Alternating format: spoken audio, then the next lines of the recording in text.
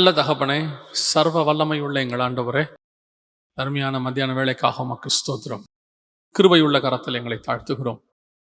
தேவனாகிய கர்த்தர் இம்மட்டுமாய் எங்களை நடத்தி கொண்டு வந்த தயவுக்காய் ஸ்தோத்திரம். ஆண்டவரே, எங்களுக்கு நீ தந்திருக்கிற எல்லா ஆசீர்வாதங்களுக்காய் ஸ்தோத்திரம். இப்பொழுதும் ஆண்டவரே, ஆவியானவரே, எங்களோடு கூட பேசுவீராக, இடைபடுவீராக, வார்த்தைகளை அனுப்புவீராக. திரும்பி போகும் பொழுது உடைய வசனத்தை பெற்றுக்கொண்டவர்களாய் திரும்பி போக கர்த்தர் கிருபை பாராட்டும். எங்கள் ஆண்டவர் இயேசு கிறிஸ்துவின் நாமத்தில் பிதாவே. அல்லேலூயா. ரோமர்கள் நிருபம் 8ஆம் அதிகாரம் 26வது வசனம். அந்தபடி ஆவியானவரும் நமது பலவீனங்களில் நமக்கு உதவி செய்கிறார். நாம் ஏற்றபடி வேண்டிக் கொள்கிறது வேண்டியதென்று அறியாமல் இருக்கிறபடியினாலே என்று இருக்கிறது. பொதுவாக நம்முடைய வேண்டுதல், ஆண்டவரை நோக்கி நாம் பண்ணுகிற ஜெபம் எதற்கானதாக இருக்கிறது? வேதம் தெளிவாக சொல்லுகிறது, கீழானவைகள் அல்ல மேலானவைகளையே நாடுங்கள் என்று சொல்லுகிறது. புதிய ஏற்பாட்டை பொறுத்த வரைக்கும் ஆண்டவர் ஒரு காலமும் பூமிக்குரிய ஆசீர்வாதத்தை குறித்து வேண்டுதல் செய்யவோ கேட்கவோ மன்றாடவோ சொல்லவில்லை. எந்த ஒரு இடத்திலும் இல்லை. அவர் சொல்லியிருக்கிறது எல்லாவற்றுக்கும் பின்னாடியும் பார்த்தீங்கன்னா ஒரு மேலான காரியம் இருக்கும், பரலோகத்துக்குரியதாகத்தான் இருக்கும். கேளுங்கள், அப்பொழுது உங்கள் சந்தோஷம் நிறைவாயிருக்கும்படி பரமபிதா உங்களுக்கு தருவார் அப்படின்னு சொல்ற இடத்துல கூட அவர் எதை பற்றி சொல்றாருன்னா பரிசுத்த ஆவியை குறித்து சொல்லுகிறார். கேளுங்கள், அப்பொழுது பரிசுத்த ஆவியை பரமபிதா தருவார் என்று. கலாத்தியருக்கு எழுதும் போது ஆபிரகாமின் ஆசீர்வாதங்கள் இயேசு கிறிஸ்துவின் வழியாக புறஜாதியாருக்கு வரும்படியாகவும் பரிசுத்த ஆவியை குறித்த வாக்குத்தத்தம் நிறைவேறும்படியாகவும் இப்படி ஆயிற்று அப்படின்னு இருக்கு. ஸோ நமக்கான வேண்டுதல் நாம் தேவனிடத்தில் கேட்க வேண்டியது இன்னதென்று அறியாதிருக்கிறபடியினாலே. ஏன் உங்களுக்கு தெரியாதா? உங்களுக்கு என்ன தேவை என்று உங்களுக்கு தெரியாதா? நம்முடைய தேவை என்ன என்பது நமக்குத்தான் நன்றாக தெரியும் இல்லையா? மற்றவங்க எல்லாரை விட நமக்கு தான் நன்றாக தெரியும். அப்படி இருக்கும் பொழுது வசனம் சொல்லுது, நாம் ஏற்றபடி வேண்டிக் கொள்ள வேண்டியது என்னதென்று அறியாமல் இருக்கிறபடினால் அப்படின்னு இருக்கு. பழைய ஏற்பாட்டில கூட நான் சொல்லுகிறேன், அவர்கள் ஒரு காலகட்டத்தில் ஒரு சில காரியங்களை அவர்கள் கேட்டுக்கொண்டிருந்தார்கள். ஆபிரகாமிலிருந்தே நான் சொல்றேன். அவர் என்ன பண்றாரு, நம்மை போல ஒரு பாடுள்ள மனுஷனாக இருந்து அவர் உலக பிரகாரமான சம்பாத்தியங்களுக்கு பின்னால் போகிறார். கர்த்தர் கானானுக்கு போக சொன்னா இவர் ஆரானுக்கு போறாரு. ஆரான்ல போய் சம்பாதிக்கிறாரு, சவதரிக்கிறாரு மனுஷங்களை எல்லாத்தையும். அப்புறம் ஆண்டவர் சொல்றாரு, இங்க என்ன பண்ணிட்டு இருக்கிற? நான் உன்னை கானானுக்கு தானே போக சொன்னேன், நீ கானானுக்கு போகணும் 2வது தடவை சொல்றாரு. சொன்ன உடனே ஆபிரகாம் புறப்பட்டு கானானுக்கு போகிறார். அங்கே போயும் அவர் என்ன பண்றாரு, ஆண்டவரை பார்த்து எனக்கு எல்லாம் இருக்கு ஆண்டவரே, பிள்ளை இல்லாமல் இருக்கிறேனே அப்படின்னு கேட்கிறார். ஆண்டவர் அவருக்கு வாக்குத்தத்தம் கொடுக்கிறார். அப்போ ஆபிரகாம் அடுத்து என்ன செய்யறாரு, வாக்குத்தத்தம் பெற்ற உடனே நான் தேசத்தை எதனால் சுதந்திரத்துக் கொள்வேன் அப்படின்னு கேட்கிறார். நம்ம பாஷையில சொல்லணும்னா அவருக்கு ஆண்டவர் பிள்ளைய நல்ல சம்பாத்தியம் கொடுத்துட்டாரு. சம்பாத்தியம் வந்துருச்சு. இந்த சொத்துக்கெல்லாம் அதிபதி யாரு ஆண்டவரே, எனக்கு பின்னாடி யாரு, பையன் பிள்ளை இல்லையே. உடனே பிள்ளை வருது. பிள்ளை வந்த உடனே இந்த பிள்ளைகளுக்காக ஒரு வீடு கட்டணுமே அப்படின்னு நம்ம நினைக்கிற மாதிரி அவரும் கேட்குறாரு, எனக்கு ஒரு லேண்டு எப்போ கொடுப்பீர் ஆண்டவரே, இந்த தேசத்தை எதனால் நான் சுதந்திரத்துக் கொள்வேன். எல்லாம் வாங்கிட்டார். இப்போ ஆண்டவர் அதுக்கும் வாக்கு பண்ணிட்டார், எல்லாம் வாங்கிட்டாரு. இப்போதான் ஆபிரகாமுக்கு தெரியுது, எபிரேயர் 11 இருக்கு, அதையெல்லாம் அதிலும் மேன்மையான பரம தேசத்தையே அவன் நாடினான் அப்படின்னு இருக்கு. அப்படின்னா என்ன அர்த்தம்? ஒரு பீரியடுக்கு அப்புறம் தான் அவருக்கு தெரிய வருது, இதெல்லாம் நம்ம கேட்டது வேஸ்ட்டு, இதெல்லாம் இல்லை. அப்போதான் அவருக்கு தெரியுது, இல்லை அந்தந்த ஏஜில் அந்தந்த ஆசை வர்றது இயல்பு, அந்தந்த தேவை நாம் ஆண்டவர்கிட்ட போவது இயல்பு, அது மனிதம். அப்படிதான் நம்ம படைக்கப்பட்டிருக்கிறோம்.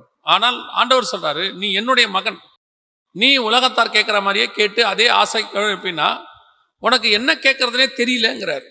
உனக்கு என்ன கேட்கறதுனே தெரியல. அப்படி இருக்கும் பொழுது அதை கேட்பதற்கு ஆவியானவர் நமக்கு உதவி செய்கிறார்னு இருக்கு.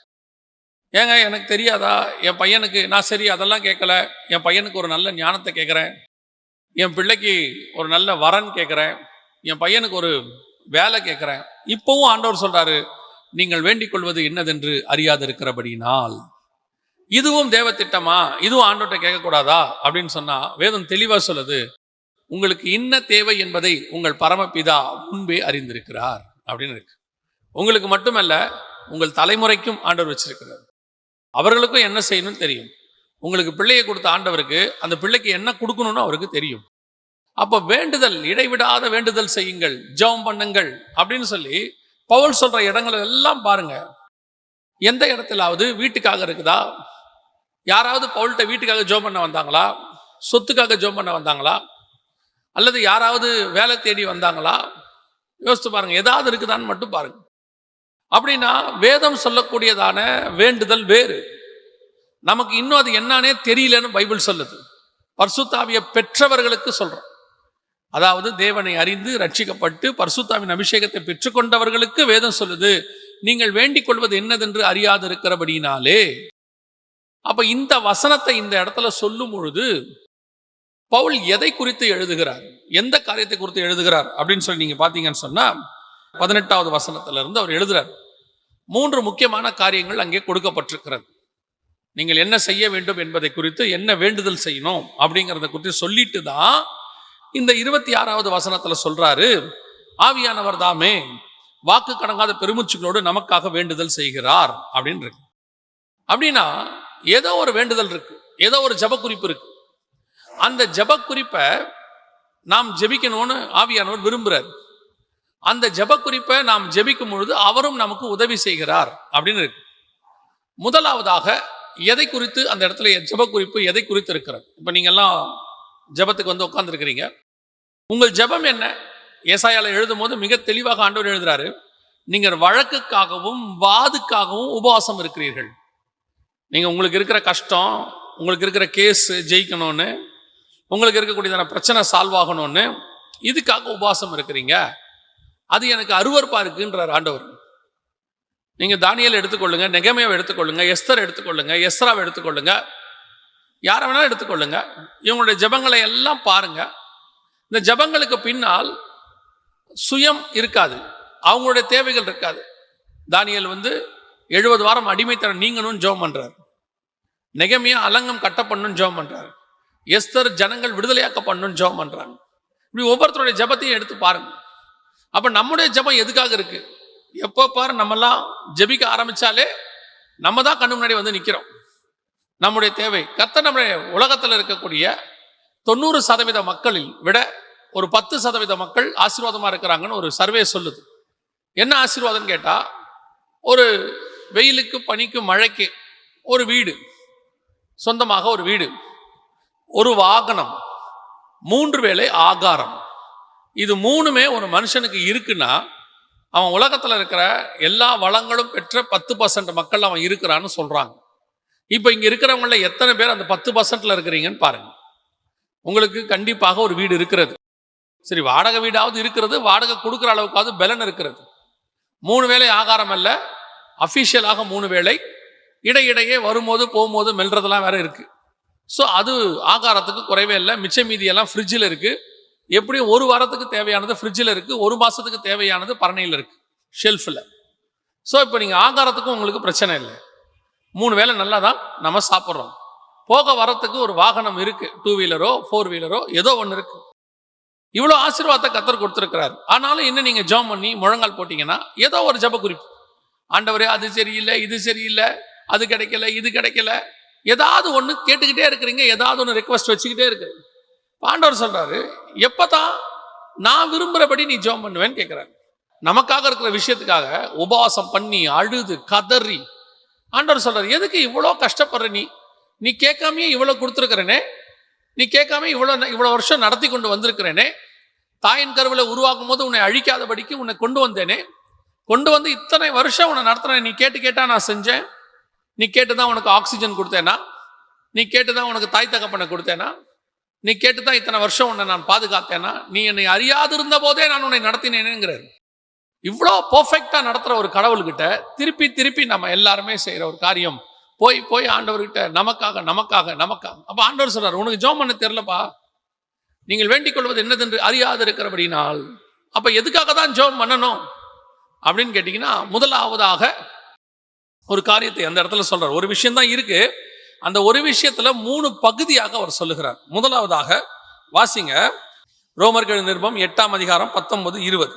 மேலும் தேவனுடைய புத்திரர் வெளிப்படுவதற்கு சிருஷ்டியானது மிகுந்த ஆவலோட காத்து கொண்டிருக்கிறது. அதென்றால் சிருஷ்டியானது அழிவுக்குரிய அடிமைத்தனத்திலிருந்து விடுதலையாக்கப்பட்டு தேவனுடைய பிள்ளைக்குரிய மகிமையான சுயாதீனத்தை பெற்றுக்கொள்ளும் என்கிற நம்பிக்கையோட அந்த சிருஷ்டியானது சுய இஷ்டத்தினால் அல்ல, கீழ்ப்படுத்தினவராலே மாயைக்கு கீழ்ப்பட்டிருக்கிறது. இப்ப இந்த வசனம் என்ன சொல்லுது அப்படின்னு கேட்டீங்கன்னா, அந்த 19வது வசனம், தேவனுடைய புத்திரர் வெளிப்படுவதற்கு சிருஷ்டியானது மிகுந்த ஆவலோட காத்திருக்கிறது. தேவனுடைய புத்திரர்னா என்ன? பைபிள்ல 2-3 தேவ புத்திரரை குறித்து இருக்கு. ஒன்று தூதர்களை குறித்து இருக்கிறது. ஏன்னா யோபுவின் புஸ்தகத்துல பிசாசு தேவ புத்திரர் மத்தியில வந்து நின்றான் அப்படின்னு இருக்கு. அதே நேரத்தில் ஆதியாகமத்துல நாம் வாசிக்கிறோம், தேவபுத்திரர் மனுஷகுமாரத்திகளோடு கூட பெண் கொண்டார்கள். அது யாரை குறிக்கிறது அப்படின்னு கேட்டீங்கன்னு சொன்னா, தேவனை தொழுது கொள்ளுகிறவர்கள், அதாவது சேத்து வம்சத்தார். அவங்க தேவனை தொழுது கொண்டபடினாலே அவங்க தேவபுத்திரர். உதாரணமா நாம தேவனை தேடுகிற விசுவாசிக்கிறனால நம்ம பேர் விசுவாசின்னு பேரு. பரிசுத்தாவியை பெற்றுக்கொண்டா ஆவிக்குரியவர்கள்னு பேரு. நம்ம மாம்சத்துல இருந்தாலும் நமக்கு பேர் என்னது? ஆவிக்குரியவங்கன்னு பேரு. அதே மாதிரிதான் தேவபுத்திரர்னா என்ன அர்த்தம் அப்படின்னு கேட்டீங்கன்னா, தேவனை தொழுது கொள்ளுகிறவர்கள் அப்படின்னு அர்த்தம் தேவபுத்திரர்.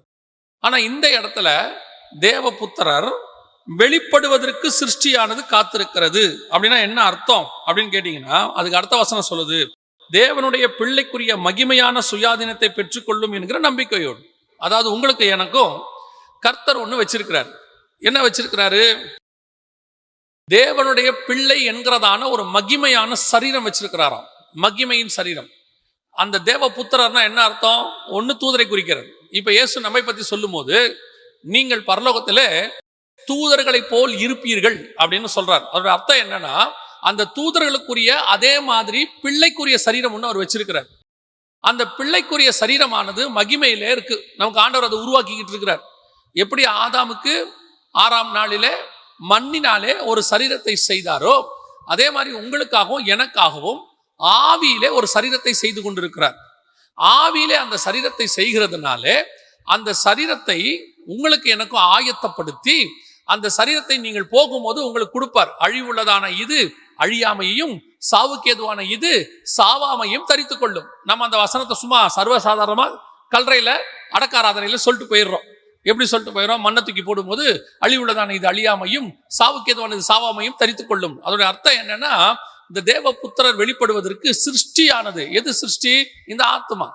உங்களுக்குள்ள இருக்கிற ஆத்மாவானது இந்த மண்ணான சரீரத்தை விட்டு விட்டு தேவன் வெளிப்படும் பொழுது அவருடைய மகிமையான சரீரத்தை கொண்டு வருவார். நமக்குரிய மகிமையின் சரீரத்தை கொண்டு வருவார். அந்த சரீரத்துக்காகத்தான் நீங்களும் நானும் காத்து கொண்டிருக்க வேண்டுமா? நம்ம ஆத்மா அதுக்கு தான் ஏங்குதான். அதுக்காக தான் கர்த்தர் உங்களை என்னையும் வேறு விரிச்சு கொண்டு வந்தாராம். கீழே எழுதுறார், பவுல் சொல்றார், கொண்டு வந்து இந்த மாம்ச சரீரத்துல ஏன் இன்னும் வச்சிருக்கிறார்னா, அந்த ஆவிக்குரிய சரீரத்தை பெற்றுக்கொள்ளும்படி வச்சிருக்கிறாராம். அப்படியானால் உங்களுக்கு எனக்கும் முதல்ல இருக்க வேண்டியதான அந்த ஜெப குறிப்பு என்னன்னு கேட்டா, அந்த மகிமையின் சரீரத்தை நான் பெற்றுக்கொள்ள வேண்டும். அந்த மகிமையின் சரீரத்தை பத்தின ஒரு ஆவல் எனக்கு இருக்கணும். 1 யோவான் 3ஆம் அதிகாரம் 2வது வசனத்தை வாசிங்க. பிரியமானவர்களே, நல்லா கவனிங்க. அந்த வசனம் என்ன அழகா சொல்லுது பாருங்க. இப்பொழுது தேவனுடைய பிள்ளைகளாய் இருக்கிறோம், இனி எவ்விதமாய் இருப்போம் என்று வெளியரங்கமாகவில்லை. ஆகிலும் அவர் வெளிப்படும் போது அவர் இருக்கிற வண்ணமாய் நாம் அவரை தரிசிப்பதினால் அவருக்கு ஒப்பாய் இருப்போம். இப்பொழுது நாம் தேவனுடைய பிள்ளைகளாய் இருக்கிறோம். இந்த இடத்துல வசனம் சொல்லுது, தேவ பிள்ளைகளுக்குரியதான மகிமையான சுயாதீனம். இப்போ இந்த ரெண்டுத்துக்கும் ஒரு கான்ட்ராக்ட் இருக்கு பாருங்க. இப்பவே நம்ம என்னவா தான் இருக்கிறோமா? தேவனுடைய பிள்ளைகளாக இருக்கிறோம். வசனம் சொல்லுது, ஏற்றுக்கொண்டவர் எத்தனை பேரோ அத்தனை பேரும் தேவனுடைய பிள்ளைகளாகும்படிக்கு அவர் என்ன கொடுத்திருக்கிறார்? அதிகாரம் கொடுத்திருக்கிறார். இப்ப நீங்கள் நாளெல்லாம் அவரை அப்பா பிதாவே என்று அழைக்கிற சுவிகார புத்திரத்தின் ஆவியை நாம் பெற்றிருக்கிறோம். ஆனா வசனம் சொல்லுது, தேவனுடைய பிள்ளைக்குரியதான சரீரம் வரப்போகிறது, சுயாதீனம் வரப்போகுது. அப்படின்னா என்னங்க அர்த்தம்? இப்ப நான் பிள்ளை இல்லையா? இப்ப நம்ம பிள்ளைகள் தான். இப்ப நாம் பிள்ளைகள் தான். கவனிங்க, தேவன் ஆதாமை உண்டாக்கினார். உண்டாக்கியும் போது தேவ சாயலாகவும் தேவ ரூபத்தின் படியும் உண்டாக்கினார். அப்படிதான் பைபிள் சொல்லுது. இப்ப ஆதாம் பார்க்கறதுக்கு தேவன் மாதிரியே இருக்கிறான். அதான் அந்த சரீரம் அப்படியே பார்க்கறதுக்கு அப்படியே இருக்குது. இப்போ ஆதாம் பாவம் செஞ்சிட்டாரு. செஞ்ச பிறகு அவர் ஒரு குமாரனை பெற்றெடுக்கிறார். அங்கே வசனம் சொல்லுது, ஆதாம் தேவ சாயலாகவும் ரூபத்தின்படியும் படைக்கப்பட்டான். ஆதாமுக்கு 130 வயதாகும் போது, அப்படிதானே இருக்குது, வயதாகும் பொழுது தன் சாயலாய் ஒரு குமாரனை பெற்றான். அப்படிதானே இருக்கு. அப்ப தேவ சாயல் போயிடுச்சு. இப்ப யார் சாயல் வந்துருச்சு? தன் சாயல். ஆனா ஒண்ணு புரிஞ்சுக்கணும், உள்ள இருக்கிறது தேவனுடைய ஊதின ஆத்மா. கர்த்தர் அவனுக்குள் சுவாசத்தை ஊதினார், அவன் ஜீவ ஆத்மாவானான். உள்ள இருக்கிறது கர்த்தர் ஊத்தினதான ஜீவ ஆத்மா. ஆனா வெளியே இருக்கிற சரீரம் சாயல் மாறிடுச்சு. தேவ சாயல்ல இருந்து மனுஷ சாயல் ஆயிடுச்சு. இப்போ அடுத்து அடுத்து அடுத்து அடுத்து 6000 வருஷம் இப்போ அந்த மனுஷ சாயல்ல நாம வந்துட்டோம். இப்ப நம்ம மனுஷ சாயலா இருக்கிறோம். ஆனால் இயேசுவை ஏற்றுக்கொண்டபடியினால், அவருடைய ரத்தத்திலே நாம கழுவப்பட்டபடியினால் இப்ப நாம் தேவனுடைய பிள்ளைகளாய் மாறிட்டோம். உள்ளே மாறிட்டோம். ஆனா வெளியே இருக்கிற சரீரம் இன்னும் யார் சாயலா தான் இருக்குது? நம்ம அப்பா அம்மா சாயலா தான் இருக்கு. பார்க்கும்போது நம்ம அப்பா அம்மா சாயல் தான் தெரியுது. உங்களை பார்க்கும்போது, உங்க பிள்ளைய பார்க்கும்போது உங்க பிள்ளை உங்களை மாதிரியே இருக்குது, நமக்கு ஒரு சந்தோஷம் வருது. ஏன் இந்த சாயல் வெளியே இருக்குது அப்படின்னு கேட்டீங்கன்னா, உள்ளே தான் நான் மாறி இருக்கிறேன், தேவனுடைய பிள்ளையாய் மாறிட்டேன். நான் அவருடைய ரத்தத்தால கழுவப்பட்டுட்டேன். உள்ளுக்குள்ள அந்த சுபாவத்துக்கு நான் வந்துகிட்டே இருக்கிறேன். கொஞ்சம் கொஞ்சமா வரேன். உள்ளுக்குள்ளையும் இந்த உலக மனுஷனுடைய சாயல் தான் இருந்துச்சு. உங்க அப்பாவுடைய குணம் இருக்கும், உங்க அம்மாவுடைய குணம் இருக்கும், உங்க தாத்தா குணம் இருக்கும். கொஞ்சம் பேர் சொல்லுவாங்க, அப்பா மாதிரியே கோவக்காரனா இருக்கிறான் அப்படிம்பாங்க. அவங்க ஒரு எக்ஸாம்பிள் சொல்லுவாங்கல்ல, அது என்ன காரணம்? உள்ளுக்குள்ள அவங்க சாயல் தான் நமக்கு இருக்கு. ஏன்னா அவங்களுக்குள்ள இருந்து நம்ம மாம்ச சாயலாய் படைக்கப்பட்டோம். இப்ப இயேசுவின் இடத்துல கழுவப்பட்ட உடனே கொஞ்சம் கொஞ்சமா இயேசுவின் சாயலுக்கு மாறுறோம். அது உள்ள மட்டும்தான் மாறிக்கிட்டு இருக்கிறோம், வெளியவும் மாறணும். வெளியே என்ன பண்றாரு ஆண்டவர்? உள்ள முழுசா நீங்க தேவ பிள்ளையா மாறின உடனே இந்த ஆத்மா தேவனுடைய படைக்கப்பட்ட அந்த ஆதியில எப்படி இருந்துச்சோ அப்படி மாறின உடனே இந்த ஆத்மாவை கொண்டு போய் அவர் உண்டாக்கி வச்சிருக்கிற தேவ பிள்ளைக்குரிய சரீரம்னு ஒண்ணு இருக்குது, அவர் சாயலாகும் அவர் ரூபத்தின்படி, அது உள்ள கொண்டு போய் உங்க ஆத்மா வச்சிடுறாரு. அதான் அழிவுள்ளதான இது அழியாமையும், சாவுக்கு ஏதுவான இது சாவாமையும் தரித்து கொள்ளும். அந்த சரீரம் தான் தேவனுடைய பிள்ளைக்குரிய சரீரம். அதுதான் மகிமையின் சரீரம். இப்போ உங்களுக்கு என்ன தோணணுமா? வசனம் சொல்லுது, அந்த பிள்ளைக்குரிய சரீரத்தை நீங்கள் வாஞ்சிக்கணும்னு இருக்கு. அந்த பிள்ளைக்குரிய சரீரத்தை குறித்து உங்களுக்குள்ள ஒரு எதிர்பார்ப்பு வரணும்னு இருக்கு. அதுதான் உங்களுடையதான ஒரு வாஞ்சையாக இருக்கணும் அப்படின்னு இருக்கு. இப்ப பாருங்க, நம்ம ஏற்கனவே சொன்னதான், ஆபிரகாம் கானானுக்குள்ள வந்துட்டார். கானானுக்குள்ள வந்து சேர்ந்தாச்சு. ஆண்டவர் சொன்னபடி கீழ்ப்படிஞ்சு கானானுக்குள்ள வந்தாச்சு 75 வயசுல. ஆபிரகாம், ஈசாக்கு, யாக்கோபு என்பவர்களோடு கூட கூடாரங்களில் குடியிருந்தான். ஏனெனில் தேவன் தாமே கட்டி உண்டாக்கின அஸ்திபாரம் உள்ள நகரங்களுக்கு அவன் காத்திருந்தான் அப்படின்னு இருக்கு. அப்ப அவனுடைய வாஞ்சை எதுவா இருக்குது அப்படின்னு கேட்டீங்கன்னா, நான் கானானுக்கு வந்துட்டேன், ஆனால் கானான் அல்ல, இன்னொரு தேசம் இருக்கு, அதுதான் என் வாஞ்சை. இது கீழ்ப்படிதல். கர்த்தர் சொன்னாரு, வந்தேன், இதுக்கு ஒரு திட்டம் இருக்கு, இங்க ஈசாக்கு வரணும், இயேசு வரணும், எல்லாம் இருக்கு. ஆனா என் வாஞ்சை என்ன தெரியுமா? இன்னும் ஒன்று வருகிறது, அதன் மேல் வாஞ்சியா இருக்கிறது. இப்ப நீங்க இயேசு கிட்ட வந்துட்டீங்க, இங்கே அவருடைய ரத்தத்தால கழுவப்பட்டுட்டீங்க, கர்த்தர் உங்களை ஆசீர்வதிக்கிறாரு, நீங்க ஊழியத்துக்கு ஒப்பு கொடுக்குறீங்க, நிறைய காரியங்கள் செய்றீங்க. ஆனா உங்க வாஞ்சை எதுவா இருக்கணும் தெரியுமா? இதல்ல, தேவ புத்திரர் வெளிப்படும்படிக்கு எனக்கு ஒரு சரீரத்தை கர்த்தர் செய்றாரு, அந்த சரீரத்தை நான் பெற்றுக்கொள்ள வேண்டுமே. அந்த சரீரம் எப்படி இருக்கும், அந்த சரீரத்தினுடைய அமைப்பு எப்படி இருக்கும், அதை நான் பார்க்கணும். இதைத்தான் பவுல் சொல்றாரு. பரதேசிக்கு போயிட்டு அவருக்கு நியமிக்கப்பட்டதை அவர் பார்த்துட்டார். வந்துட்டு சொல்றாரு, எனக்கொன்று நியமிக்கப்பட்டிருக்கிறது, அதை நான் வாஞ்சையாய் தொடர்கிறேன். எனக்கு ஒன்று வச்சுட்டார் ஆண்டவர், அதுதான் எனக்கு அந்த அட்டென்ஷன் அது மேல இருக்கு, எனக்கு அதை நான் பெற்றுக்கொள்ள வேண்டும். அது முதல்ல அந்த ஆசை உங்களுக்கு வரணும். உங்களுடைய ஆசை முழுக்க முழுக்க இந்த அழிகிற சரீரத்தை காப்பாற்றுவதிலேயே இருக்குது. சரி, 70 பலத்தின் மிகுதினால் 80, அதுக்கு மேல இதை காப்பாற்ற முடியாதுன்னு உங்களுக்கு நல்லா தெரியுது. இந்த சரீரத்தின் மேல இவ்வளவு வாஞ்ச இருக்குது, இதை நீங்க ஆரோக்கியமா வச்சுக்கிறதுல நான் குறையா சொல்லல. இதை நீங்க நல்லா ஆக்டிவா வச்சுக்கோங்க, நல்லா சாப்பிடுங்க, அதை பத்தி நான் சொல்லல. இது தேவனுடைய ஆலயம், இதை நீங்க செய்ய வேண்டியதான் இருக்கு. ஆனால் இது மேல கண்டிப்பா அழியும்னு தெரிஞ்சு இது மேல உங்களுக்கு இவ்வளவு இருக்கு, இதுக்கு ஒரு இன்சூரன்ஸ் போடுறீங்க. ஒருவேளை எனக்கு 60 வயசுல உடம்பு சரியில்லாம போனா, 70 வயசுல கிட்னி ஃபெயிலியர் ஆனா, 75 வயசுல எனக்கு ஏதாவது ஒண்ணு நடந்தா அப்படின்னு இப்ப போட்டு வச்சுக்கிறீங்களே, அப்ப இந்த சரீரத்தின் மேல உங்களுக்கு இவ்வளவு ஒரு வாஞ்சையும் ஒரு என்ன சொல்றது ஒரு பிரிகாஷனும் இருக்குதே. உங்க வரப்போற சரீரத்தின் மேல உங்களுக்கு ஏதாவது இருக்குதா? அதை பத்தினதான ஏதாவது ஒரு விஷனாவது இருக்குதா? அது மேல ஒரு விருப்பம் இருக்கா? பார்க்கணுங்கிற ஆசையாவது இருக்குதா? இல்ல அந்த எண்ணமாவது தோணுதா? பாருங்க, இப்ப நீங்க தேவனுடைய பிள்ளைகளா இருக்கிறீங்க, மாற்று கருத்து இல்ல. ஆனா வசனம் சொல்லுது தேவனுடைய பிள்ளைக்குரிய சரீரம் வெளிப்பட போகிறது அப்படின்னு இருக்கு. அந்த சிருஷ்டிக்கு அது வரப்போகுது அப்படின்னு இருக்கு. அது என்ன, இப்ப நான் பிள்ளையா இருக்கிறேன், அங்க ஒரு பிள்ளை வெளிப்பட போகுது அப்படின்னும் போது ஆண்டவர் வசனத்துல இருந்து ஒரு காரியத்தை சொல்லி கொடுத்தாரு. என்ன சொல்லி கொடுத்தாரு? இப்ப தகப்பனை விட்டு இளையகுமாரன் பிரிந்து போகிறான். போய் நல்ல சந்தோஷமா இருக்கிறான். நல்ல உலகத்தை அவன் அனுபவிக்கிறான். கொண்டு போன பணம் எல்லாம் மாறிடுச்சு. இப்போ எல்லாம் ஓவர் ஆகி பண்ணி தவுடை திங்கிற அளவுக்கு அவன் வந்துட்டான். ஆனால் அவன் வெளியே அவன் ரூபம் மாறிடுச்சு. எப்படி மாறிடுச்சுன்னு கேட்டீங்கன்னா, அவனுடைய சரீரம் அவங்க வீட்டில் இருந்த பிள்ளைக்குரிய அந்த ட்ரெஸ் இல்லை, அவங்க பிள்ளைக்குரியதான எந்த விதமான அடையாளமும் உடம்புல இல்லை. ஒருவேளை பண்ணிய மேய்க்கிறதுனால அவன் கருத்து போயிருக்கலாம் வெயிலில் பட்டு, அல்லது அவன் சரீரம் அந்த ட்ரெஸ் எல்லாம் மாறி இருக்கலாம், அழுக்காக இருக்கலாம். முடி வெட்டுறதுக்கு வழி இல்லாமல், ஏன்னா சாப்பாட்டுக்கே வழி இல்லை, எப்படி முடி வெட்டுறது, முடி வெட்ட முடியாம இருந்திருக்கலாம், தாடி கடியெல்லாம் வளர்ந்து இருந்திருக்கலாம். ஆனால் ஒன்று மட்டும் மாறவே இல்லை, அவன் உள்ளத்துக்குள்ள நான் அந்த தகப்பனுடைய மகன் என்கிற எண்ணம் மாறவே இல்லை. அவன் சொல்றான், நான் என் தகப்பனிடத்துல போவேன், நான் போய் கேட்பேன் அவர்கிட்ட அப்படிங்கிறான். அப்போ வெளியே சரீரம் மாறி இருக்கு, அடையாளம் மாறி இருக்கு, எல்லாம் மாறி இருக்கு, உள்ள மட்டும் மாறல. இதுதான் இப்ப நீங்கள் நானும் இந்த நிமிஷம் நீங்கள் நானும் அதுதான். நீங்க நினைச்சிட்டு இருக்கிறீங்க இளையகுமாரன் பாவம் செஞ்சு போனவன். இளையகுமார் என்றால் ஆதாம் தப்பு செய்து வந்தது. அதனுடைய அமைப்புல தான் இப்ப நீங்கள் நானும் இருக்கிறோம். நாம என்ன ஒரு பெரிய கிருபைன்னு கேட்டா, நாம இப்ப பண்ணி தவுடு திங்கல, ஏதோ கர்த்தருடைய கிருபையில நல்ல நிலைமையில இருக்கிறோம், அவ்வளவுதான். ஆனா இன்னும் நமக்கு உள்ளுக்குள்ளதான் தேவனுடைய குமாரன் பிள்ளை அப்படிங்கிறது. இப்ப இவன் என்ன நினைக்கிறான், நான் எங்க அப்பா கிட்ட போவேன், அங்க போனா எனக்கு எல்லாம் மாறும்னு நினைக்கிறான். இப்போ இவனுடைய உள்ளுக்குள்ள தகப்பனுடைய பிள்ளையா இருக்கிறான், வெளியே பண்ணி மேய்க்கிறவனாக இருக்கிறான், வெளியே அந்த வீட்டில் ஒரு வேலைக்காரன் அடிமையாக இருக்கிறான், ஆனா உள்ளுக்குள்ள பிள்ளையாக இருக்கிறான். இந்த ரெண்டும் ஒரு காரியத்தை அடையணும், வெளியவும் பிள்ளையா மாறணும், உள்ளேயும் பிள்ளையா மாறணும். இப்ப இவனுக்கு ஒரு வாஞ்ச இருக்குது, என் தகப்பன் வீட்டுக்கு போனா எல்லாமே மாறும், எல்லாமே செய்யும், என் தகப்பன் வீட்டுக்கு போனா நான் நல்லா இருப்பேன் அப்படின்னு ஒரு ஃபீல் வருது.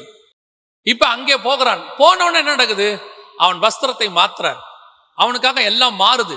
இப்போ திருப்பி வெளியவும் பிள்ளைக்குரிய அமைப்பு வந்துருச்சு, உள்ளேயும் பிள்ளைக்குரிய அமைப்பு வந்துருச்சு. இந்த இடத்தை தான் நீங்கள் நானும் அட்டைன் பண்ணணும். இப்ப நாம எல்லாருமே யாரோ ஒருத்தருடைய பிள்ளைகள், பூமியில நம்ம தாய் தகப்பனுக்கு நம்ம பிள்ளைகள், அவங்களுடைய அமைப்பு நமக்குள்ள இருக்கு. இந்த பூமிக்குரியதான சுபாவம் இருக்கு, இந்த பூமியில இருக்கக்கூடியதான எண்ணங்கள் நமக்கு இருக்கு, பூமிக்குரிய எதிர்பார்ப்பு, பூமிக்குரிய பாவம் எல்லாம் நம்மள இருக்கு. ஆனா உள்ளுக்குள்ள நாம் தேவனுடைய பிள்ளைகளா இருக்கிறோம். கர்த்தர் நம் பாவத்தை மன்னிச்சிருக்கிறார், கர்த்தர் மேல வாஞ்ச இருக்குது. இப்ப அந்த இளையகுமாரனுக்கு வந்ததான அந்த விருப்பம் உங்களுக்கு வருதா? அதைத்தான் நான் கேட்கிறேன். அவனுக்கு ஒரு விருப்பம் இருக்கு. நான் இப்ப பண்ணி தவுட்டுக்கு பக்கத்துல உட்கார்ந்து இருக்கிறேனே, அதே இளையகுமாரன் தகப்பனை விட்டு பிரிஞ்ச பிறகு பாருங்க, இப்போ அவன் சரீரம் வேற மாதிரி இருக்கு. பண்ணி தவுட்டுக்கு போறதுக்கு முன்னாடி நல்ல ட்ரெஸ் போட்டிருக்கிறான், விபச்சாரிகளோட போயிட்டு இருக்கிறான், குடிக்கிறான், ஃப்ரெண்ட்ஸோட இருக்கிறான். இப்போ அவன் பண்ணி தவுடு திங்கல, ஆனா நல்லா இருக்கான். இப்போ அவனுக்கு உள்ளுக்குள்ள தகப்பன்களுடைய எண்ணம் வரல, வெளியவும் உள்ளேயும் ஒரே மாதிரி இருக்கான். இப்போ அந்த இடத்துல தான் நீங்களும் நானும் இருக்கிறோம். வெளியே நல்லாவும் இருக்கிறோம், உள்ளுக்குள்ள தேவனுடைய பிள்ளைகளா இருக்கு. கொஞ்சம் மாறணும். உங்களுக்கு வாஞ்சை என்ன வரணும் அப்படின்னா, இந்த பூமிக்குரியது அல்ல, கீழானவைகள் அல்ல, மேலானவைகளை குறித்ததான ஒரு விருப்பம் வரணும். அந்த தாகத்தை உங்களுக்குள் ஆவியானவர் ஊற்றுவார். அதுக்காக ஜெபம் பண்ண சொல்லுவார். நல்ல ஒரு விஷயத்தை புரிஞ்சு கொள்ளுங்க, இந்த பூமியில இருக்கக்கூடிய எந்த ஒரு விஷயமும் தேவனுக்கு fraction of the second தான் உங்களுக்கு கொடுப்பதற்கு. அவர் நினைச்சா ஒரு நாள் ராத்திரியில எதை வேணாலும் மாத்துவார். சர்வ வல்லமை உள்ள தேவன் உங்களுக்கும் எனக்கும் தகப்பனாக இருக்கிறார். அவர் நினைச்சாருன்னா 24 மணி நேரத்துல எல்லாவற்றையும் மாற்றி கொடுக்க வல்லமை உள்ளவராக இருக்கிறார். ஆனா நீங்களும் நானும் அதைத்தான் வாஞ்சிக்கிறோம், இன்னும் நாம அதைத்தான் கேட்கிறோம். இப்ப கூட நம்ம என்ன கேட்கிறோம், இளையகுமார் மாதிரி எங்க அப்பா வீட்டுக்கு போய் நான் அடிமையாவது இருப்பேன், எங்க அப்பா வீட்டுக்கு போனா எனக்கு 3 வேளை சாப்பாடு கிடைக்கும். நம்ம திங்கிங்கே தப்பா இருக்கு, நம்முடைய எதிர்பார்ப்பு ஆண்டவர்கிட்ட கேட்கறது தப்பா இருக்குது. அவன் சொல்றான், நான் தகப்பன் வீட்டுக்கு போவேன், அங்க போனா அவர் வீட்டு வேலைக்காரன்ல ஒருத்தனா கூட இருக்க நான் லாய்க்கு இல்லை, நான் அடிமையா இருக்கிறேன், எனக்கு நல்ல சாப்பாடு கிடைக்கும். அவர் சொல்றாரு, நீ அதெல்லாம் விடுப்பா, நீ யாரு, என் மகன், வா வீட்டுக்குள்ள வா, ட்ரெஸ்ஸை மாத்து, கண்ணுக்குட்டியை அடி, மோதிரத்தை போடு, இன்னைக்கு எல்லாமே 100% தேவன் மாத்துவார். அப்போ உங்க வாஞ்சியம் என் வாஞ்சியம் என்னவா இருக்கணும்னா, எனக்கு தேவனுடைய பிள்ளை என்கிறதான ஒரு சரீரத்தை கர்த்தர் வைத்திருக்கிறார். அது மகிமையின் சரீரம், அழிவில்லாதது. அது எந்த விதமான சேதமும் ஆகாது. அது நித்தியமானது. அது எப்படி இருக்கும்? இப்ப நீங்க இருக்கிறது எல்லாமே மாடிஃபைடு இமேஜ், யாரோ ஒருத்தருடைய சரீரத்திலிருந்து உருவாக்கப்பட்டது. உங்களுக்கும் எனக்கும் கர்த்தர் ஒரு இமேஜை உருவாக்கி வச்சிருக்கிறார். அந்த இமேஜை பார்க்கிற ஆசை இருக்குதா உங்களுக்கு? அதுதான் நீங்க கேட்கிறாரு. அந்த இளையகுமாரன் திருப்பி வந்தா மாதிரி உங்களுக்கு திருப்பி வரணும் அப்படிங்கிறதான ஆசை இருக்குதா?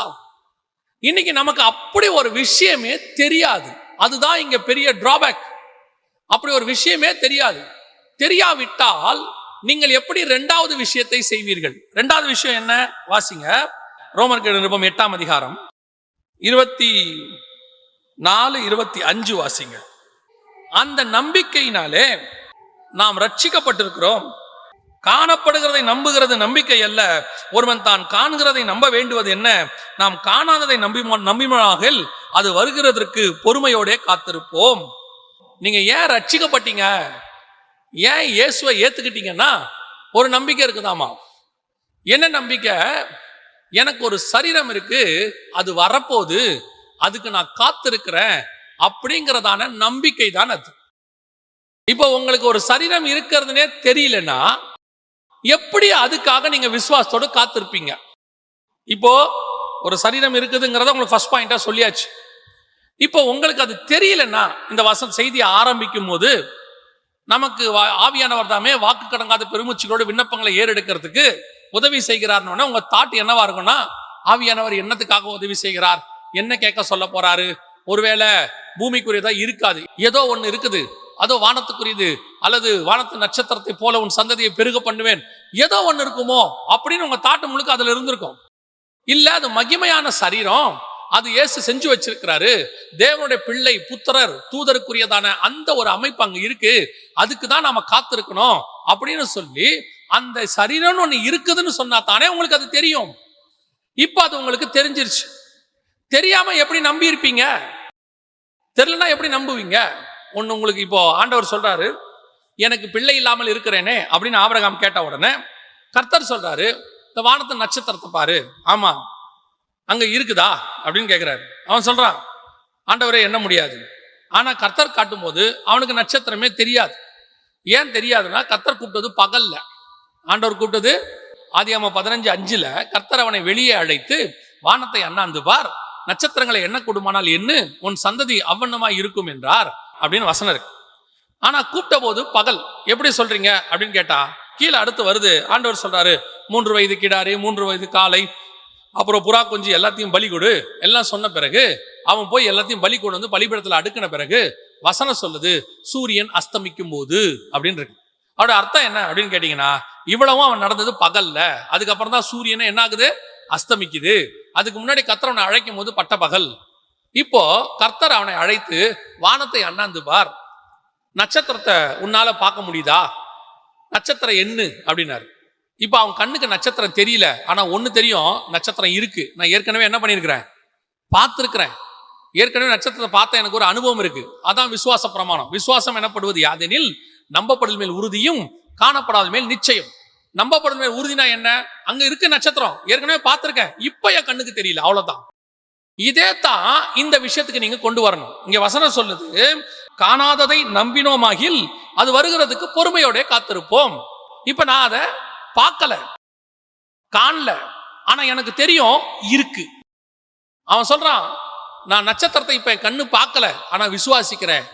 அதைத்தான் கர்த்தர் நீதியாக எண்ணினார். இப்போ உங்களுக்கு எனக்கு ஒரு சரீரம் இருக்கு அப்படிங்கிறத நீங்க நம்புறீங்களா? ஆண்டவர் எனக்கு ஒரு சரீரம் செஞ்சு வச்சிருக்கிறாரு அப்படிங்கிறது முதல்ல உங்களுக்கு தெரியணுமே. அவனுக்கு நட்சத்திரம் இருந்தது தெரிஞ்சா மாதிரி உங்களுக்கு உங்க சரீரம் இருக்கிறது தெரியணுமே. அதை உங்க ஆவியின் கண்கள் தரிசிக்கணுமே, அதை நீங்க பார்க்கணுமே. அதைத்தான் பவுல் எழுதுறாரு. அதை குறித்ததான ஒரு வாஞ்சை உங்களுக்கு இருக்கணுமே. நல்லா தெரிஞ்சுக்கொள்ளுங்க, முதல்ல உங்களுக்கு வச்சது மகிமையான சரீரம், அதை பத்திரதான ஒரு அறிவு நமக்கு இருக்கணும்.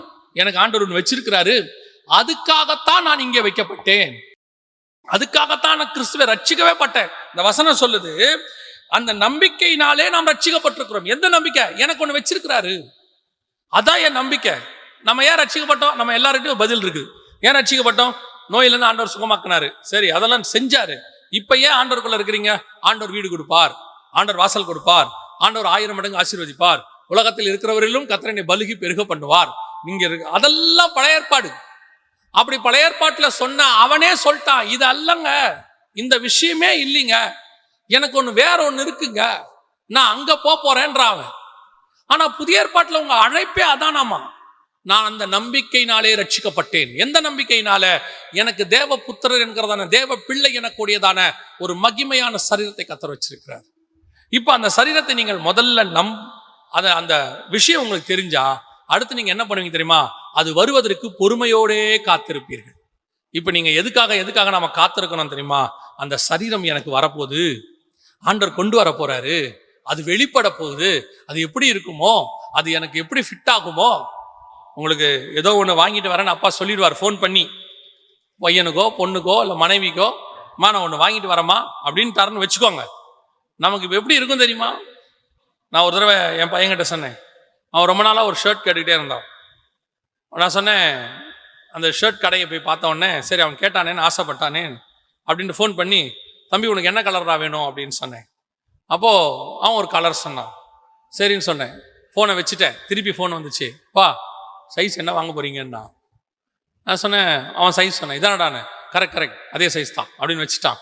திருப்பி அடுத்து சொன்னான், அப்பா ஃபுல் கை வாங்கிருங்க, ஸ்லாக் வாங்கிடாதீங்க அப்படின்னா. சரின்னு ஃபோனை வச்சுட்டேன். அப்போ ஒன்று வாங்கிட்டு வரோன்னு சொன்ன உடனே அவனுக்கு ஒரு எக்ஸைட், வாங்கிட்டு வர போறாரு, அப்பா நம்ம கேட்டது கிடைக்க போகுது, அது வருது அப்படிங்கிற ஒரு வாஞ்சை. இப்போ நான் எடுத்துட்டு வீட்டுக்கு போறேன், மீட்டிங் எல்லாம் முடிச்சுட்டு மறுநாள் தான் போறேன். அந்த மீட்டிங் சண்டே முடிச்சுட்டு நைட் கிளம்பி மறுநாள் போறேன். காலையில போய் இறங்கி வீட்டுக்குள்ள நுழைஞ்ச உடனே அவன் உள்ள வந்த உடனே கேட்டான், இந்த சட்டை எங்க அப்படின்னா. அவன் ரொம்ப வருஷமா கேட்டுட்டு இருந்த ஒரு சட்டை, அவன் அந்த சட்டை எங்க. இதுதான் பொறுமையோட காத்திருத்தல். சிலர் சொல்லுவாங்க தெரியுமா, நீங்க காலையில வரேன்ட்டீங்க, நைட்டெல்லாம் தூக்கமே வரல அப்படிம்பாங்க, நைட்லாம் தூங்கவே முடியல அப்படிம்பாங்க. ஏன்? அவர் காலைல தானே வர போறாரு, நைட் தூங்கினா என்ன இல்லை, இந்த காலில் வரக்கூடிய ஒரு எண்ணம் என்னை இரவு தூங்க விட மாட்டேன் என்கிறது. ஏன்? ஒன்று நமக்கு பிரியமானது ஒன்று வரப்போகிறது என்றால் அதற்காக நாம் பொறுமையோட காத்திருப்போம். எப்போ வரும் எப்போ வரும் எப்போ வரும் ஆண்டவரே அப்படின்னு சொல்லி அந்த வாஞ்சையோடு தான் நீங்கள் இப்பொழுது இருக்கணும். இப்ப நீங்க இருக்கிற வாஞ்சை எதோட இருக்குது? உங்களை அழகா பிசாசு டைவர்ட் பண்ணிட்டான், இந்த வாஞ்சைக்கு நேரம் உங்களை திருப்பி விட்டான். இப்ப பாருங்க, நான் சொன்ன இந்த வசனத்தை, இப்ப நான் சொன்னது உங்களுக்கு கொஞ்சம் மிகைப்படுத்துற மாதிரி இருக்கும், ஆனா நீங்க வாசிச்சு பாருங்க அந்த வசனத்தை. எபிரேயர் நிருபம் 11ஆம் அதிகாரம் 13வது வசனத்தை வாசியும். இவர்கள் எல்லாரும் வாக்குத்தத்தம் பண்ணப்பட்டவைகளை அடையாமல் தூரத்திலே அவைகளை கண்டு நம்பி அணைத்து கொண்டு பூமியின் மேல் தங்களை அந்நியரும் பரதேசிகளும் என்று அறிக்கையிட்டு விசுவாசத்தோட மரித்தார்கள். 16வது வசனம், அதை அல்ல அதிலும் மேன்மையான பரமதேசத்தையே அவர்கள் விரும்பினார்கள். அப்படின்னா என்ன அர்த்தம்? அவங்களுக்கு ஒன்று வாக்கு பண்ணார் ஆண்டவர், பரமதேசம். அதுக்கு முன்னாடி 9, 10, 11 தேசத்தை ஆசைப்பட்ட ஆபிரகாம் தான் அவரு. இப்ப அவருக்கு தெரிஞ்சிருச்சு எனக்கு ஒன்று இருக்கு, மேன்மையான பரமதேசம். இப்ப அவர் சொல்றாரு, அவைகளை வாக்குத்தத்தம் பண்ணப்பட்டவைகளை அடையாமல். அந்த வசனம் சொல்லுது வாக்குத்தத்தம் பண்ணப்பட்டவைகளை அடையாமல். அப்படின்னா என்ன அர்த்தம்?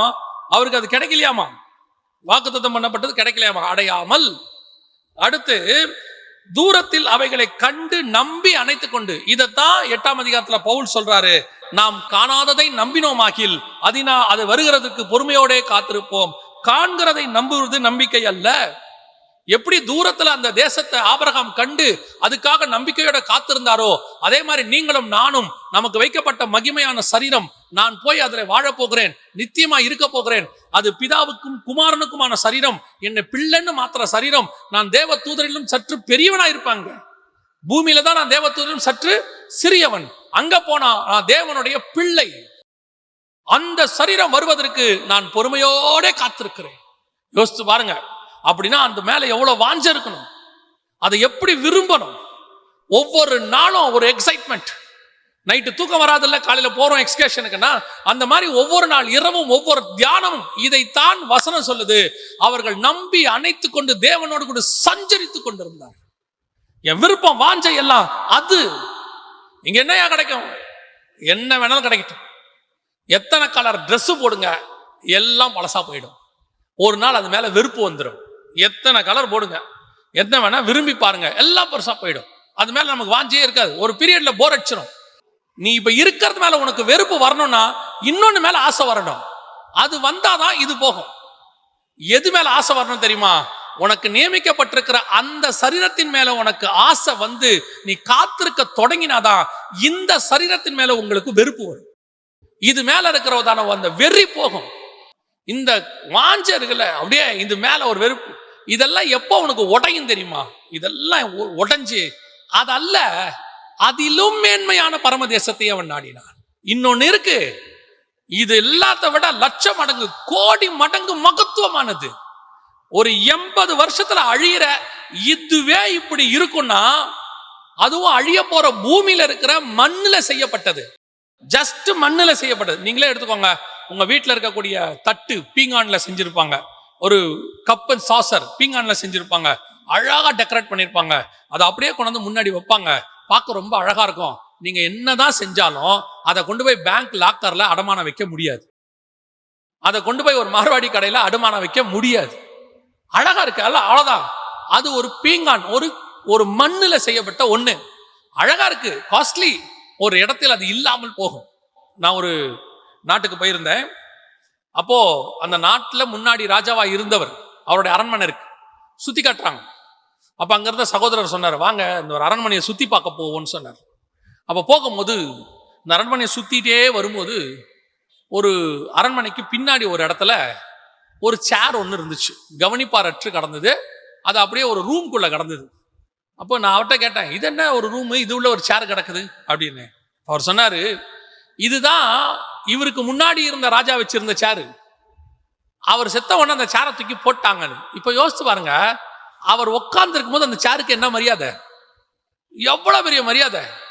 அந்த சேர்ல அவர் உட்கார்ந்தாருன்னா ராஜா உட்கார்ந்து இருக்கிறாரு, அதுக்கு பேரு சிங்காசனம். அது பேர் அவர் உட்கார்ந்து அவர் எத்தனை தீர்ப்பு கொடுத்திருப்பாரு, எத்தனை பேரை சந்திச்சிருப்பாரு. அவர் போனாரு, அதுக்கு மதிப்பெல்லாம் போச்சு. அதே மாதிரிதான் உங்ககிட்ட இருக்கிறது என்ன காஸ்ட்லியாவனா இருக்கட்டும், அதுக்கு மதிப்பு இருக்காது. ஒரு நாள் அப்படியே யோசிச்சு பாருங்க, இந்த பீங்கான் தட்டுக்கு பதிலா உங்க வீட்டுக்குள்ள ஒரு லாக்கர்ல ஒரு 1/2 சவரன்ல மோதிரம் இருக்கு, 1/2 சவரன் மோதிரம். அதுக்கு இருக்கிற மரியாதையே வேற தானே. அதுக்கு ஒரு மரியாதை. இது பீங்கான் அழகு, டெக்கரேட்டிவ், என்ன வேணா இருக்கட்டும். இது 1/2 சவரன் பியூர் கோல்டு, அதுல ஒரு பேட்டினம் வச்சிருக்காங்க, முத்து வச்சிருக்காங்க, அவ்வளவுதான். அதுக்குரிய மரியாதையா தனி. அதே மாதிரி தான் நீங்க இந்த பூமியில இருக்கிற எவ்வளவு மேன்மையா உங்க சரீரத்தை வச்சிருந்தாலும், எவ்வளவு டெக்கரேட்டிவா வச்சிருந்தாலும், என்ன பண்ணாலும் ஒரு நாள் இது மரியாதை இல்லாமல் போகும். உள்ளுக்குள்ள இருக்கிற ஆத்மாக்கு தான் மரியாதை. அதுக்கே நீங்கள் இவ்வளவு பிரயாசப்படுவீர்கள் என்று சொன்னால், அழியாத நாட்டிலே, நித்திய ஜீவன் உள்ள நாட்டிலே, நித்தியமாய் இருக்கிற ஒரு சரீரம் மண்ணிலே செய்யப்பட்டது அல்ல, அது கர்த்தருடைய வார்த்தையினாலே ஆவியினாலே செய்யப்பட்ட ஒரு மகிமையின் சரீரம். அந்த சரீரத்துக்கு நீங்க எப்படி காத்திருக்கணும், எப்படி அதுக்கு நீங்க தயார் பண்ணணும். ஒரு குழந்தை பிறக்க போதுன்னா ஆபரேஷன் தியேட்டர் வாசல்ல நிக்கிறீங்க, உள்ள கூட்டிட்டு போயிட்டாங்க லேபர் வார்டுல. அந்த குழந்தை பிறக்க வரத்துக்குள்ள வெளியே எவ்வளவு டென்ஷனா இருக்கிறோம். அதுவும் முதல் குழந்தையா இருந்தா எவ்வளவு டென்ஷன். அப்படியே நின்றுகிட்டே இருப்போம். அந்த குழந்தை அழுகுற சத்தம் ஏதோ ஒன்று கேட்டோம், பரபரப்பு. அந்த குழந்தைய வெளியே கொண்டு வரத்துக்குள்ள என்ன குழந்தை, ஆனா பெண்ணா, எவ்வளவு பரபரப்பு. ஒரு குழந்தை பிறந்து வெளியே வரத்துக்குள்ள இவ்வளவு பரபரப்பு இருக்குதே. உங்களுக்காகவும் எனக்காகவும் 2000 வருஷமா ஒரு சரீரத்தை கர்த்தர் செஞ்சுக்கிட்டு இருக்கிறாரு. அது வெளிப்பட போகுது. அப்படின்னா அதுக்கு நம்ம எப்படி காத்திருக்கணுங்கிறார் பவுல். பொறுமையோடு கூடு, நம்பி, எனக்கு ஒண்ணு வருதுப்பா இந்த சரீரம், அதுக்கு நான் வாஞ்ச, அதை பெற்றுக்கொள்ளணும். அப்படித்தான் ஆபிரகாம் செஞ்சாராம். எபிரேயர் 11 தூரத்திலே அவைகளை கண்டு நம்பி அணைத்து கொண்டு. என்னங்க நம்பி அணைத்து கொண்டு? அந்த இடத்துல சொல்லுது, அவருக்கு நியமிக்கப்பட்ட அந்த தேசம் பரம கானான், அதாவது புதிய எருசலேம், அதை அவர் பார்க்கவே இல்லை, அவர் தரிசிக்கவே இல்லை. அவர் தான் 175 வருஷம் கானான்ல இருந்து செத்து போயிட்டாரு. ஆனா இந்த வசனம் என்ன சொல்லுது பாருங்க, தூரத்தில் அவைகளை கண்டு நம்பி அணைத்து கொண்டு. அப்படின்னா என்ன அர்த்தம்? ஆவியில பார்த்திருக்கிறாரு.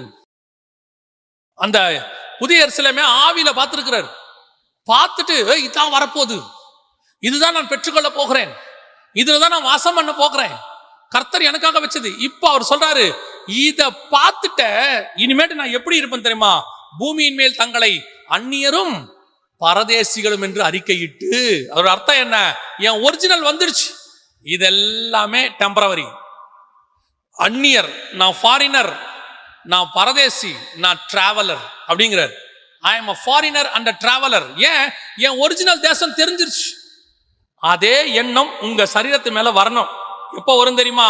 நீங்க அதை பார்த்தீங்கன்னா, ஆபிரகாம் புதிய எருசலேமை ஆவியில தரிசித்தது போல பவுல் சொல்றாரு, நாம அதை தரிசிக்கணும், அதை பார்க்கணும், ஆவியில உணரணும். உணரும் பொழுது அது மேல ஒரு வாஞ்சை வரும். அப்ப இது எப்படி தோணும் தெரியுமா? இது மேல ஒரு வெறுப்பு வரும்.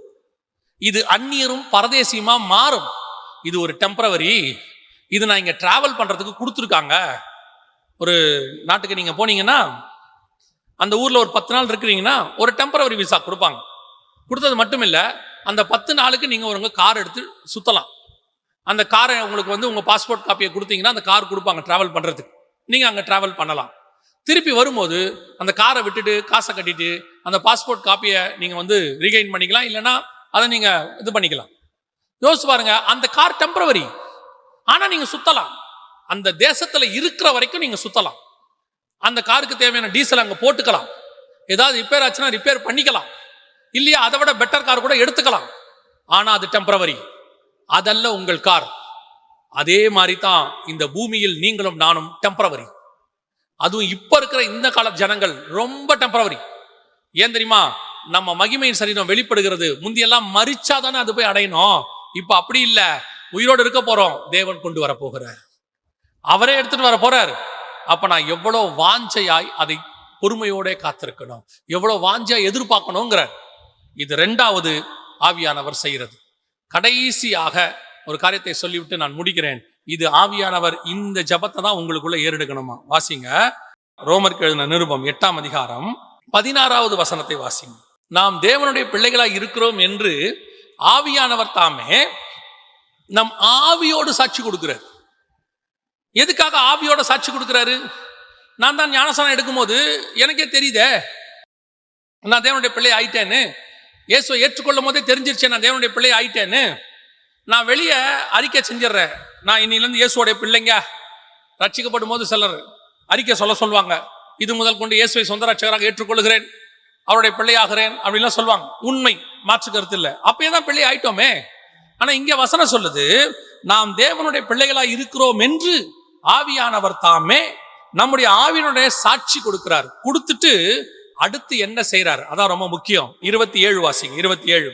ஆவியானவர் தேவனுடைய சித்தத்தின்படியே பரிசுத்தவான்களுக்காக வேண்டுதல் செய்கிறபடியால் இருதயங்களை ஆராய்ந்து பார்க்கிறவர் ஆவியின் சிந்தை இன்னதென்று அறிவார். அப்ப என்ன சொல்ல வராரு புரியுதா? பரிசுத்தவான்களுக்காக வேண்டுதல் செய்கிறார். என்ன ஆவியானவர் வேண்டுதல் செய்யறாரா? இவன் தேவனுடைய பிள்ளை ஆயிட்டான் ஆண்டவரே. இப்ப இருதயத்திலேயே ஆத்மாவில தேவனுடைய பிள்ளை ஆயிட்டான். ஆனா இவன் அந்த இருதயத்துல தேவனுடைய பிள்ளையாகிற சிந்தை, அந்த விருப்பம், அந்த வாஞ்சை இவனுக்குள்ள வரணும். இவனுக்குள்ள என்ன இருக்கு? இந்த உலகத்தில் இருக்கிற வாஞ்சை, விருப்பம் எல்லாம் இருக்கு. இந்த சரீரத்துக்குரியதுக்காக அவன் போராடுறான். இப்ப நீங்க கூட இந்த சரீரத்துல பாவம் செய்யக்கூடாதுன்னு போராடுவீங்க இல்லையா? இந்த சரீரத்துல பாவம் செய்யக்கூடாதுன்னு போராடுவீங்க. என்ன போராடுவீங்க? ஆண்டவரே நான் பாவம் செய்யக்கூடாது. ஒரு சில பாவங்கள் பலகீனம் நாம் செய்கிறோம். நாம என்ன நினைக்கிறோம்? இனிமேட் நான் இதை செய்யக்கூடாது ஆண்டவரே, இனிமேட் நான் உண்மை விழுந்து விழுந்து எழுந்திருக்கிறோம். நான் எப்பவுமே சொல்லுவேன், விழுகிறது உண்மையிலேயே பாவம் அல்ல, எழுந்திருக்காமல் இருக்கிறது தான் பாவம். உனக்கு அந்த வாஞ்சை வந்துடணும், எழும்பிக்கிறேன்னு. ஏன்னா விழுந்து விழுந்து எழுந்திருக்கிறது தான் இந்த மாம்சத்துல இருக்கக்கூடிய பலகீனம். விழாமல் இருக்கிறது நல்லது. அதான் பைபிள் சொல்றது, நிற்கிறவன் என்று சொல்லுகிறவன் விழாது இருப்பானா. அதனால நம்ம ஸ்ட்ராங்கா இருக்கிறோம், விழுந்துடக்கூடாது, ஓகே ரைட் ஃபைன், ஆனா விழாம பாத்துக்கோங்கன்றார். ஆனா இந்த இடத்துல அதை சொல்லல. இவனுக்கு அந்த வாஞ்சை வரணும். ஆண்டவரே ஆவியில சாட்சி கொடுக்கிறார், நீ தேவனுடைய பிள்ளைப்பா, நீ தேவனுடைய பிள்ளைப்பா. அதுக்காக நான் என்ன பண்ணணும்? பரிசுத்தவான்கள். அடுத்த வசனம் சொல்லுது 27, தேவனுடைய சித்தத்தின்படி பரிசுத்தவான்களுக்காக வேண்டுதல் செய்கிறபடியால் இருதயங்களை ஆராய்ந்து பார்க்கிறவர். இப்ப அவர் சொல்றாரு, ஆவியின் சிந்தை என்ன? உன் சிந்தை என்னவா இருக்குது? நீ தேவனுடைய பிள்ளைக்குரிய சிந்தை இருக்குதா? அந்த சரீரத்துக்குரிய சிந்தை உனக்குள்ள இருக்கா? நீ அந்த மாதிரி மாறுறியா? உன்னுடைய வாஞ்சை அது மாதிரியே இருக்குதா? இப்ப பாருங்க, ராணுவத்துல ஆள் எடுப்பாங்க. ராணுவத்துல ஆள் எடுக்கும் போது நேரா போய் ராணுவத்துல சேர முடியாது. இவன் என்ன பண்ணுவான் தெரியுமா? ராணுவத்துல ஆள் எடுக்க போறாங்கன்னு தெரிஞ்சிருச்சு, நான் ராணுவத்துக்கு போறேன்னு தெரிஞ்சுட்டா இப்ப ஓடுவான் இவன். அதுக்கு ஒரு 6 மாசத்துக்கு முன்னாடி அதுக்கு என்ன பண்ணுவான்?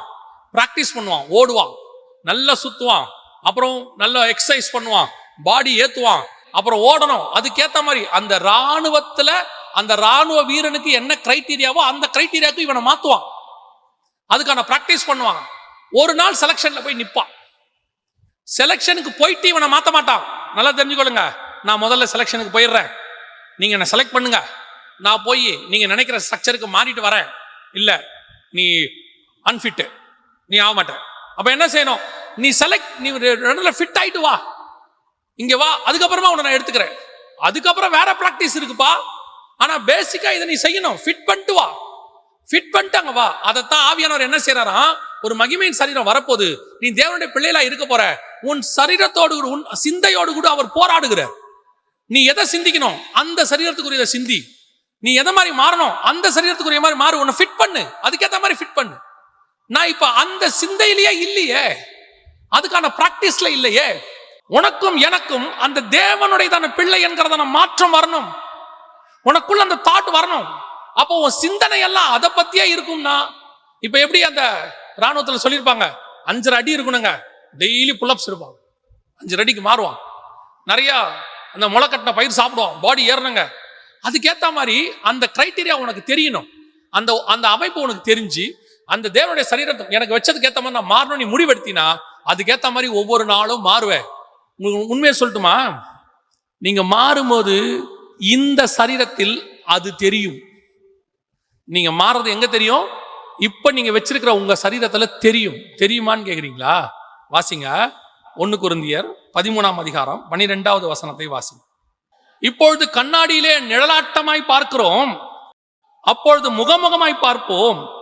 என்னத்தை இப்பொழுது கண்ணாடியில் நிழலாட்டமாய் பார்க்கிறோம், அப்ப என்ன நாம் முகமுகமாய் பார்ப்போம் அப்படின்னா எதை சொல்றாரு? வாசிங்க 2 கொரிந்தியர் 3ஆம் அதிகாரம் 18வது வசனம் வாசிங்க. கர்த்தருடைய மகிமையை கண்ணாடியில் காண்கிறது போல கண்டு ஆவியாய் இருக்கிற கர்த்தரால் அந்த சாயலாய் தானே மகிமை மேல் மகிமை அடைந்து. அப்ப என்ன சொல்ல வருதுன்னா, நீ போய் கண்ணாடிக்கு முன்னாடி நில்லு, கண்ணாடியில போய் நீங்க நின்னீங்கன்னா கண்ணாடியில என்ன தெரியும்? கண்ணாடியில என்ன தெரியும்? உங்க முகம் தெரியும், அப்படிதானே? உங்க முகம் அப்படியே அங்க என்ன செய்யும்? தெரியும். நீங்க கண்ணாடியில போய் நின்னீங்கன்னா ஆவியில அந்த சரீரம் தெரியும், அந்த சரீரம் தெரியும். அது எப்படி தெரியுமா? நிழலா தெரியுமா? கொஞ்சம் கொஞ்சமா கொஞ்சம் கொஞ்சமா நீங்க நிப்பீங்க, அங்கே மகிமையின் சரீரம் தெரியும். நிற்கும் போது என்ன தெரியும்? மகிமையின் சரீரம். நான் சொல்றது லிட்டரலா கண்ணாடியில இல்ல, உங்களை பார்க்கிறவன் கண்ணாடியில் பார்க்கிறது போல. அதோட அர்த்தம் என்ன? உங்களை தான் பார்ப்பாங்க, ஆனா நீங்க தெரிய மாட்டீங்க. உங்களுக்கு வச்ச தேவனுடைய சரீரம் உங்களுக்குள்ளிருந்து அவருக்கு வெளிப்படும், அந்த மகிமை உங்களுக்குள்ளே வரும். வர்றது மோசேன்னு தெரியுது, வர்றது மோசேன்னு நல்லா தெரியுது, ஆனா முகம் தெரியல, பிரகாசமா இருக்குது. என்னடா முகம் பிரகாசமா இருக்குது? ஓ முகம் தெரியலையா? பிரகாசமா இருக்கு, பார்க்க முடியலையா? சில நேரத்தில் நீங்க ஹைவேஸ்ல போயிட்டு இருக்கும்போது பாருங்க, எதிரில் 2 லைட்டு பளிச்சுன்னு அடிக்கும் ஹைவேஸ்ல. நம்ம நினைப்போம் ஏதோ லாரி வருது போலன்னு, பார்த்தா காரா இருக்கும், காரா இருக்கும். ஏன்? அந்த லைட்டு வெளிச்சம் அதுக்குள்ள என்ன இருக்குன்றதை என்ன பண்ணிடுது? மறைச்சிடுது. லைட்டு தான் அடிக்குது.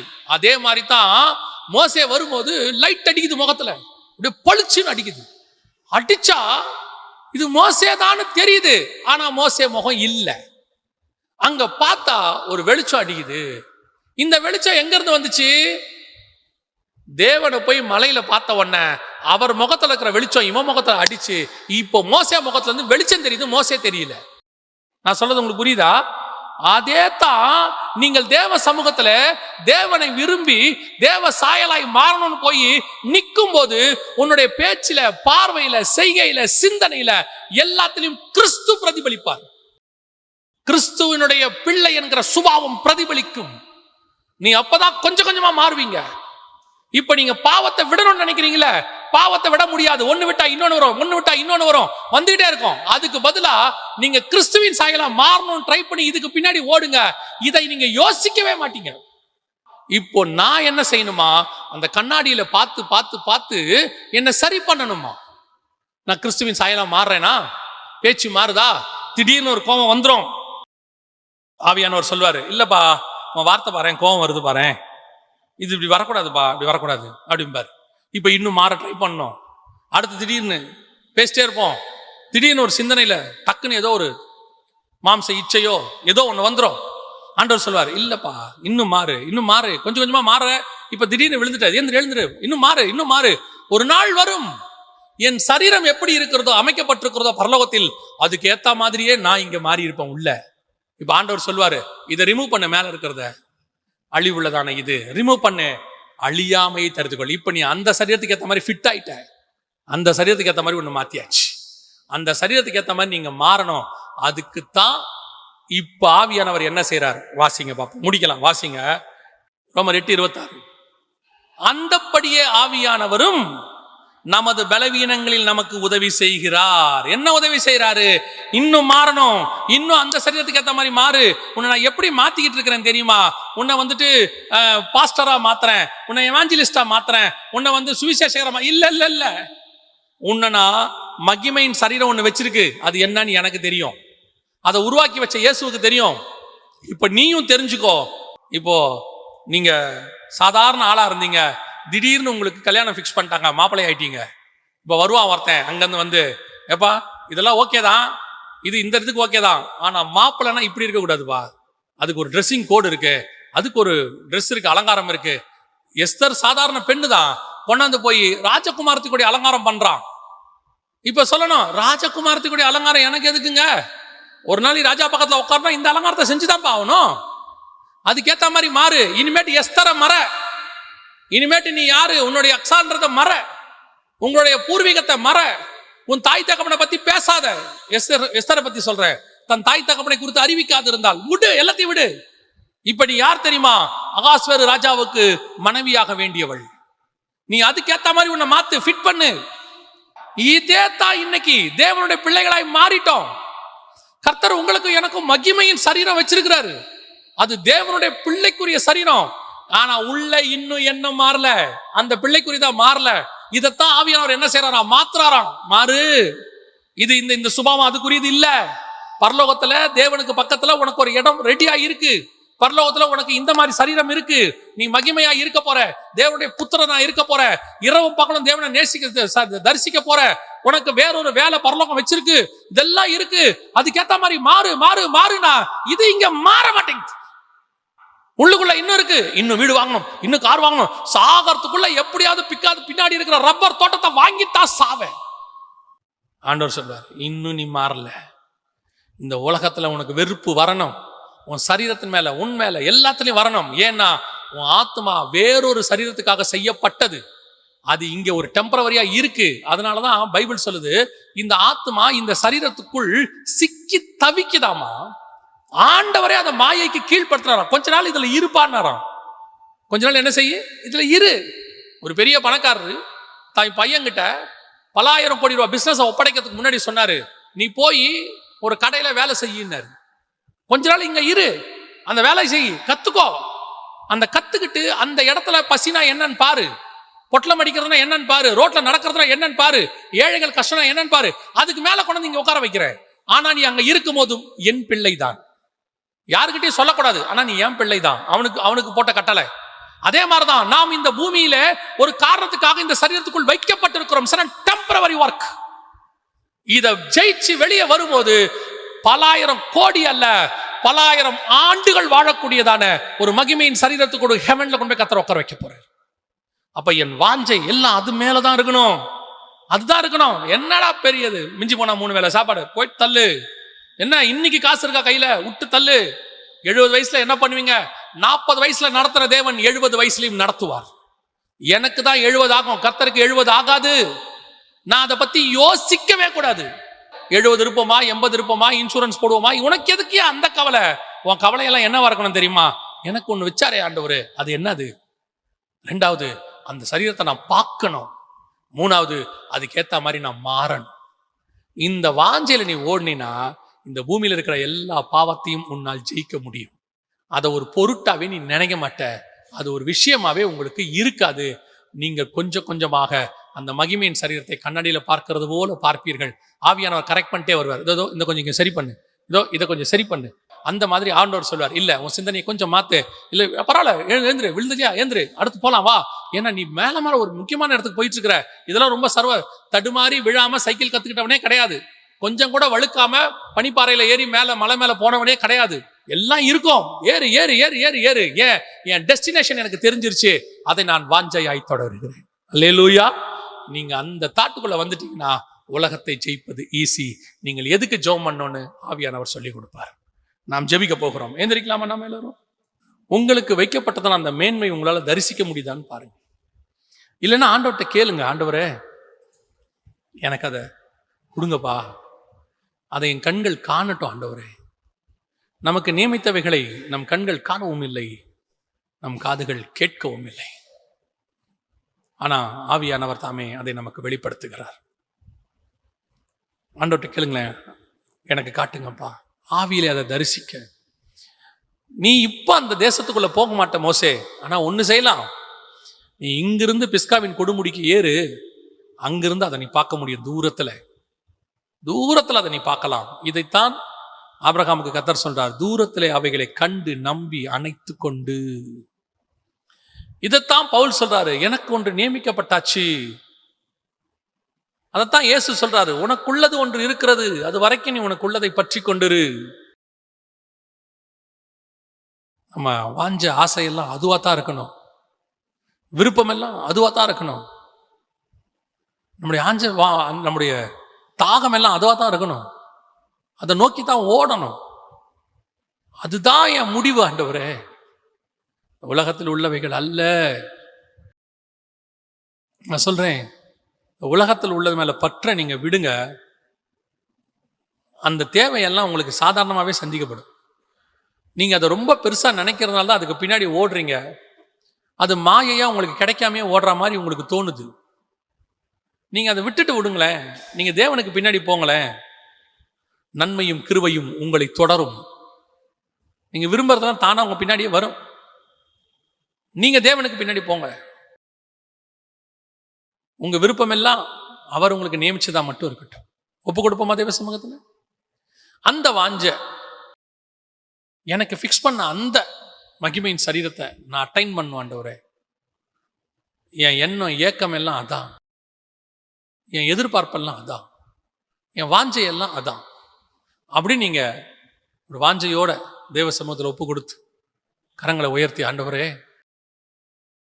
நான் அதை வாஞ்சையா தொடர போறேன். இனிமேட்டு இந்த மகிமையின் சரீரத்துக்கு ஏற்ற மாதிரி என்ன இங்க நான் மாற்ற போறேன். ஆவியானவர் எனக்கு அதுக்கு உதவி செய்ய போறாரு. அந்த மாடலை காட்டி அது மாதிரியே என்னை மாத்துவாரு. மலையிலே காண்பித்த மாதிரியின்படி கீழே கட்டுறதுக்கு எனக்கு ஆண்டவர் சொல்லி கொடுப்பாரு, எச்சரிக்கையா இருக்க சொல்லியிருக்கிறாரு. ஒப்பு கொடுப்போமா? சர்வ வல்லமை உள்ள எங்கள் தகப்பனே, எங்களுக்கு மலையில ஒரு மாடல் இருக்கு ஆண்டவரே, பரலோகத்தில் எங்களுக்கு ஒரு மாடல் இருக்கு. அதன்படி நாங்கள் பூமியில எங்களை கட்ட எங்களுக்கு கிருபை பாராட்டு. எங்க ஆவி ஆத்மா சரீரம் அதுக்கு ஏற்ற மாதிரி மாற கிருபை தாங்க. ஆவியானவர் எங்களை ஆவியோடு கூட இடைபடுங்க, சாட்சி கொடுங்க. இன்னும் எதெல்லாம் சரிப்படுத்தணுமோ எங்களுக்கு சரிப்படுத்துறதுக்கு கிருபை தாங்க. முற்று முடிய உம்மை போல நாங்க மாற கிருபை தாங்க. எங்கள் பலவீனங்களில் எங்களுக்கு உதவி செய்யுங்கப்பா. இன்னும் நாங்க ஜெயிக்க எங்களுக்கு கிருபை தாங்க. இங்க இருக்கிற ஒவ்வொருத்தருக்காக நான் ஜெபிக்கிறேன். அப்படி முயற்சி பண்றவங்களுக்கு உதவி செய்யுங்க ஆவியானவர். கிருபையுள்ள கரத்தில் எங்களை தாழ்த்துகிறோம் எங்கள் ஆண்டவர் இயேசு கிறிஸ்துவின் நாமத்தில் பிதாவே.